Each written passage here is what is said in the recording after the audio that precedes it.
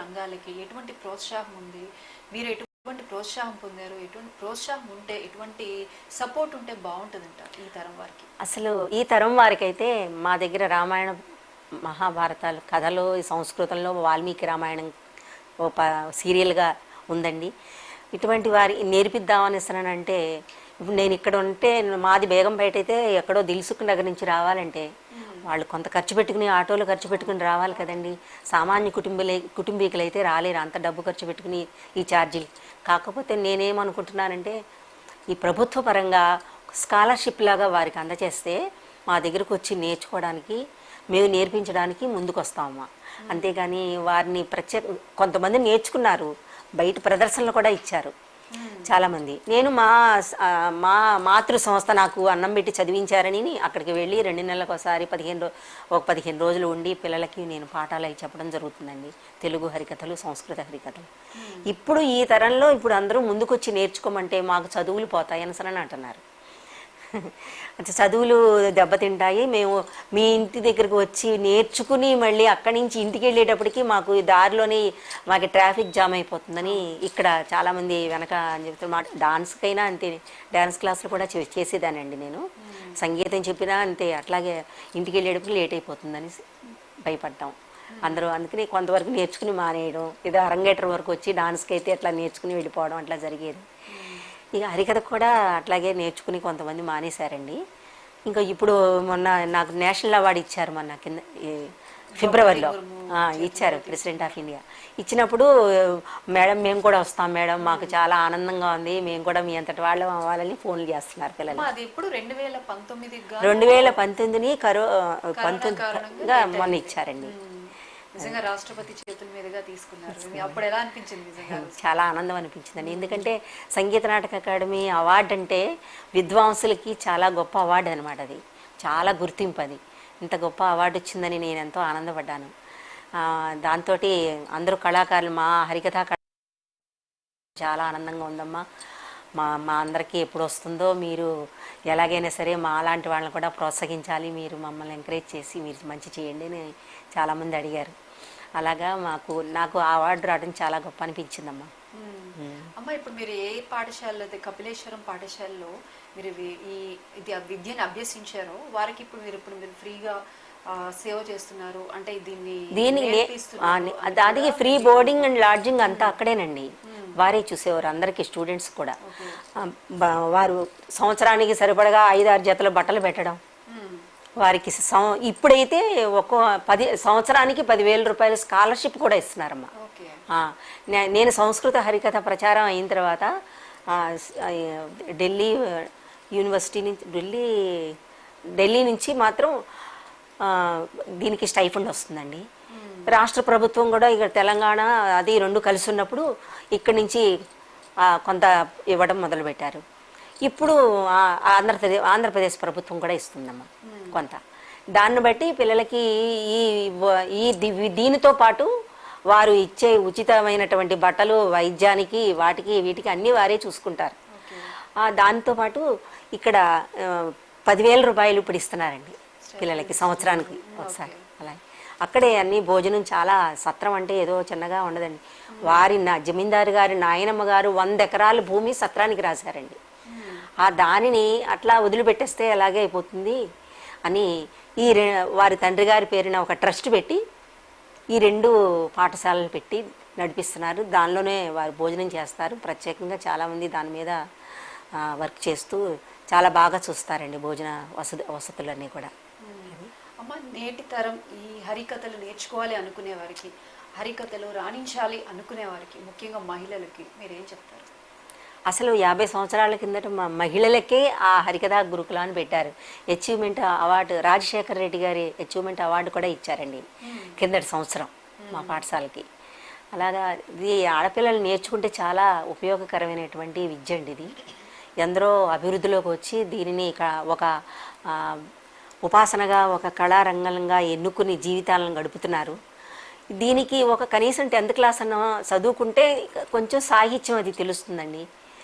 ఈ లోకంలో 4 విషయాలు తెలుసుకోవాలంటే కొంత తెలుగు తెలియాలి, కొంచెం పాటలు సంగీతం ఏదో.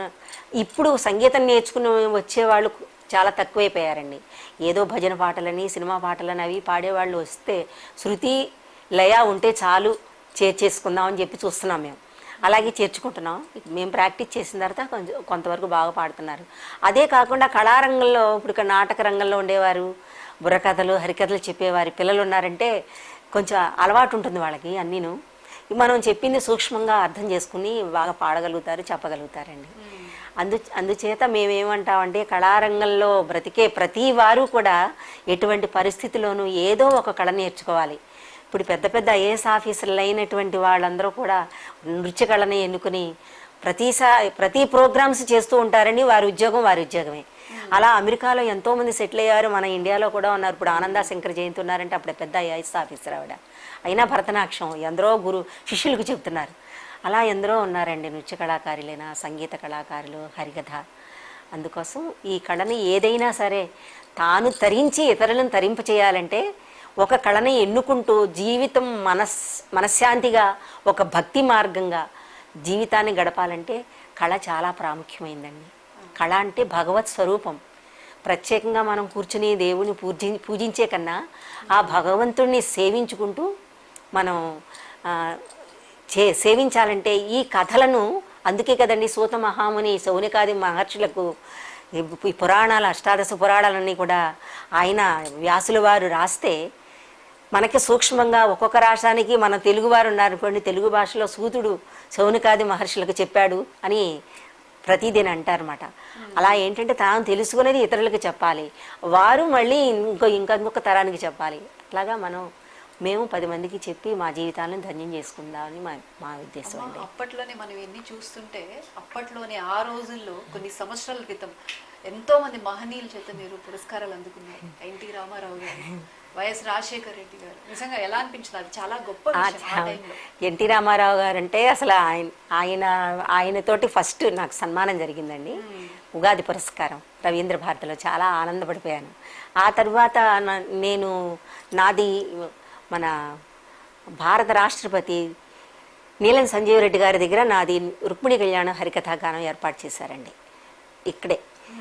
అప్పుడు 1 గంట సేపు చెప్పాను. చాలా ఆనందపడిపోయారు ఆయన. నువ్వు చాలా భవిష్యత్తు ఉందమ్మా, నీకు మంచి పేరు ప్రఖ్యాతులు వస్తాయని వారు అప్పుడు ఆశీర్వదించారు. ఆ తర్వాత సంస్కృత హరికథలు చెబుతూ ఉండగా ఏకైక సంస్కృత హరికథా కళాకారిణి అని జ్ఞాని జైల్ సింగ్ రాష్ట్రపతి ఉండగా వచ్చిందండి. మళ్ళీ మన శంకరదయాళ శర్మ రాష్ట్రపతి ఉండగా ఒక కళాకారిణిగా గుర్తించి సన్మానం చేశారు. ప్రధానమంత్రి రాజీవ్ గాంధీ గారేమో మన ఆదిశంకరాచార్యులు వారు ఈ ఇండియా అంతా అంటే ఆయన ఇక్కడ కేరళలో ఆ కాలడిలో జన్మించారండి. 1200 సంవత్సరాలైంది. ఒక జ్యోతిని మొత్తం ఇండియా అంతా తీసుకొచ్చి తిప్పి ఆయన సంచరించారు కదా భారతదేశం అంతా. ఆ తర్వాత హిమాలయాల్లో బదరీనాథ్లో ఆ జ్యోతి తీసుకొచ్చారన్నమాట. బదరీనాథ్ వరకు తీసుకొచ్చారు. బదరీనారాయణ్ని వారే స్థాపించారు. ఆయన చిన్నతనంలోనే 33 సంవత్సరాలకే స్వామిలో ఐక్యమైపోయారు. అటువంటి వారి గురించి మనం ఏదో చేయాలని భారత ప్రధానమంత్రి వారి యొక్క పుస్తకాన్ని బుక్ రిలీజింగ్ ఫంక్షన్కు వారిని పిలిచారు. నేను అప్పటికే ఆదిశంకరాచార్య కథాగానం చేయటం, మొత్తం మన మద్రాస్ మ్యూజిక్ అకాడమీలో కథాగానాలు సంస్కృత హరికథలు చాలాసార్లు చేయడం జరిగింది. అక్కడ కూడా నాకు ఉత్తమ కళాకారిణిగా 5 సంవత్సరాలు వరుసగా ఇచ్చారండి. అలా జరిగింది. అప్పుడు నాది హరికథాగానం సంస్కృతంలో చేయమన్నారు. అక్కడ ఒక 1 గంట సేపు నేను బద్రీనాథ్లో చేశాను వారి సమక్షంలో, రాజీవ్ గాంధీ గారి సమక్షంలో. అది ప్రధానమంత్రి గారి దగ్గర జరగడం అది గొప్ప విశేషం. అది కూడా చాలా ఆనందకరమైంది. మేడం, ఇప్పుడు మీతో పాటు ఎంతో మంది ఈ పద్మశ్రీ గ్రహీతలు ఉన్నారు, ఈ పురస్కారాలు మరెన్నో పురస్కారాలు కూడా అందుకున్నారు. వారందరికీ మీరేం చెప్తారు? అయ్యో, వారందరికీ చెప్పేది ఏముందమ్మా, ముఖ్య సరస్వతి దేవి ఎవరిని వరిస్తుందో, ఎవరు ఎంత అభివృద్ధిలో ఉంటారో తెలియదు. మహనీయులు ఇప్పుడు సచ్చిదానంద శాస్త్రి గారిని హరికథలు చిన్నప్పుడు నేను విని ఈ రంగంలోకి వచ్చాను. వారితో మీ వల్లనేనండి నేను ఒక కళాకారిణి అయ్యానని అంటే, అమ్మా నేను ఎంతో మందికి నేను నేర్పించాను, ఎవరు కూడా నా పేరు చెప్పుకోవడానికి కూడా బాధపడుతున్నారు. నేను నీకేమి చెప్పకపోయినా నా హరికథ విని నువ్వు ఈ కళారంగంలో అభివృద్ధిలోకి వచ్చావమ్మా, నువ్వు అంతరంగిక శిష్యురాలి నువ్వు అని ప్రశంసిస్తారండి ఎప్పుడు కనిపించినా. నువ్వే నా శిష్యురాలు అమ్మ అంటూ ఉంటారు. అలా అంతేగాని నేను వారి అంత పెద్ద పెద్ద వారిని నేనేం చేయలేనండి, చెప్పలేను. వారందరూ మహాసరస్వతి పుత్రికలు, వారికి సాష్టాంగ నమస్కారాలేనండి. నాకు కూడా ఇటువంటి పద్మశ్రీ వచ్చిందంటే ఇది ఆ తల్లి యొక్క అనుగ్రహం, పెద్దల యొక్క ఆశీర్వాదం, నా గురువుల యొక్క ఆశీర్వాద బలం.